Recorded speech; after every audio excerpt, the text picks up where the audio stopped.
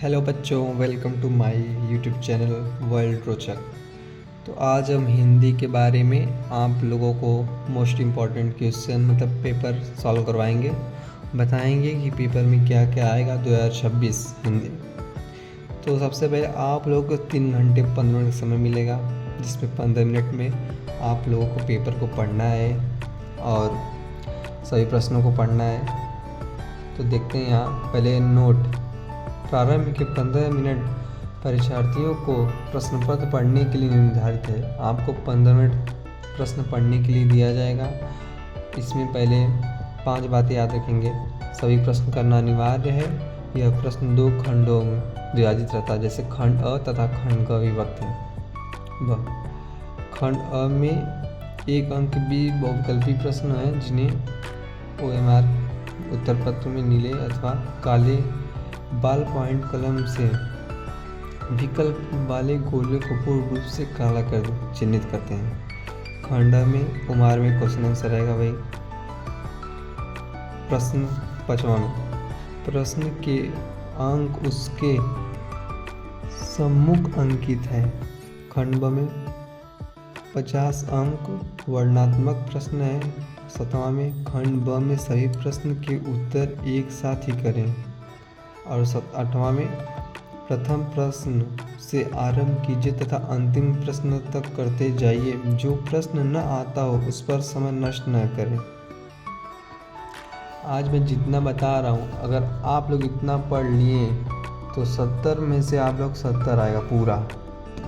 बस जितना बोलूँगा इतना आप लोग करना है। जो ये पेपर है इसका कोड है 801 HE। सभी पेपर एक जैसे नहीं होते, इसका 7 सेट बनता है। किसी में क्या नाम 801 FG रहेगा, किसी में 703 HG आएगा, कुछ भी रह सकता है। जैसे इसमें 801 HG है, कुछ भी रह सकता है। तो मैं आप लोग को मोस्ट इम्पॉर्टेंट क्वेश्चन बताऊंगा जो आप लोगों को पढ़ना अनिवार्य है। Most question okay. तो जैसे खंड में हम लोग आ चुके हैं, बहुविकल्पी प्रश्न आएगा। इसमें आप लोगों को 20 क्वेश्चन बहुविकल्पी प्रश्न रहेंगे। तो पहला है वैदेही वनवास के रचनाकार हैं, तो आप लोग कमेंट करें जल्दी से। दूसरा क्वेश्चन है प्रयोगवाद के कवि हैं। भूषण हैं कि अज्ञेय, माधवी वर्मा, स्मृति पंत है, आप लोग बता सकते हैं। भाव विलास की रचनाकार हैं, कौन है? कमेंट करिए जल्दी। छत्रसाल दशक किसकी रचना है, किन की रचना है? आप लोग आते 20 नंबर बहुत सरल है, बस ये आप लोग के दिमाग लगाने का है। आप लोग पढ़ के जाएंगे तो सब कुछ कर लेंगे। जैसे यहाँ है कला और बूढ़ा चांद की रचनाकार है, कौन है? जयशंकर प्रसाद हैं, सुल्तान पंत हैं, कौन है आप बताइए। नीलकंठ निवार किस विधा की रचना है? ये आप लोग बताइए। जीवनी है कि आत्मकथा है कि एकांकी की रेखा चित्र है? निम्नलिखित में से शुक्ल युग के लेखक कौन है? बताइए आप लोग जल्दी बताइए, कमेंट करिए। यहाँ पे क्वेश्चन नंबर 8 में निम्नलिखित कथनों में से कौन सा सही कथन है?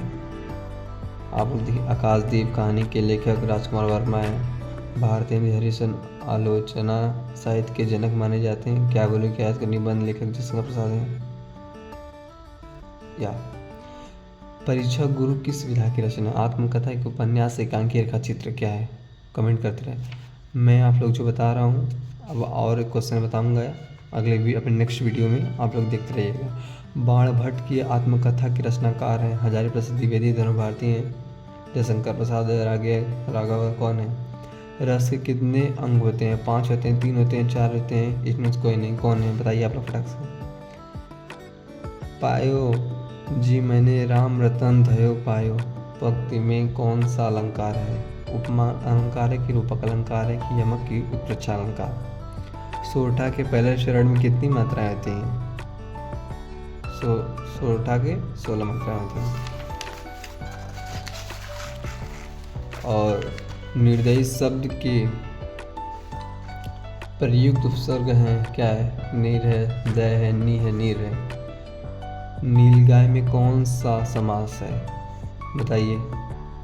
द्विगु समास, बहुव्रीहि समास, द्वंद्व समास, कर्मधारय समास। खेत का तत्सम रूप है, बता सकते हैं। भूमि है, क्षेत्र है, पृथ्वी है, जमीन। भूमि। युष्मत शब्द का पंचमी विभक्ति बहुवचन का रूप होगा। क्या होगा इसमें से, बताइए, कमेंट करिए। भाववाच्य में किसकी प्रधानता होती है? कर्ता की प्रधानता, क्रिया की प्रधानता, कर्म की प्रधानता, इसमें से कोई नहीं। मैं आप लोग फटाफट कमेंट करते रहिए, मैं आप लोग हाल ही बता रहा हूँ। वाक्य में कितने तत्व होते हैं? कितने होते हैं बताइए? 2, 3, 4, 8 कितने होते हैं? अविकारी पद को अन्य किस नाम से जाना जाता है? अव्यय पद, इनमें से कोई नहीं। व्यय पद, अपव्यय पद। आते हम लोग खंड ब में। अब खंड ब में देखते हैं क्या है।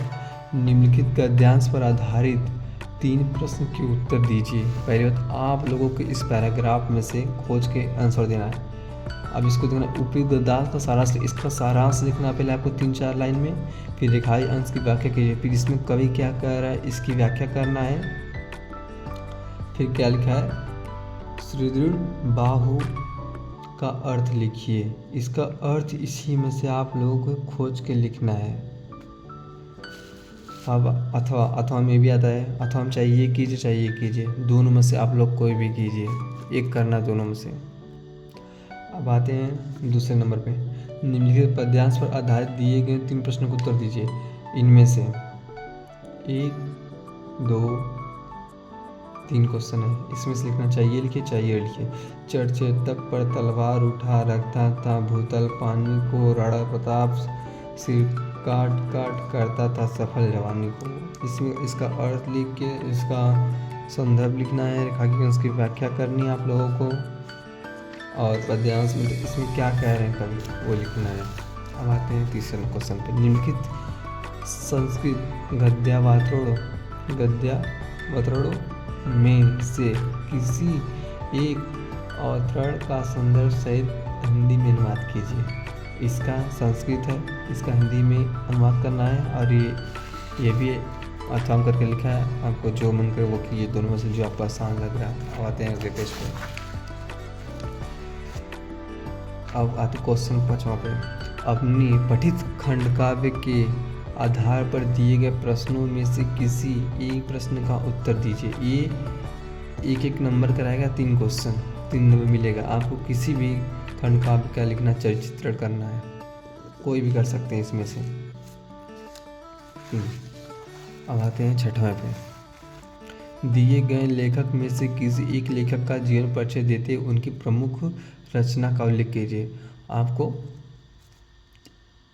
जीवनी याद करना है, चाहे जयप्रकाश भारती का, चाहे पद्मलाल पुन्नालाल बख्शी का, चाहे जयशंकर प्रसाद का।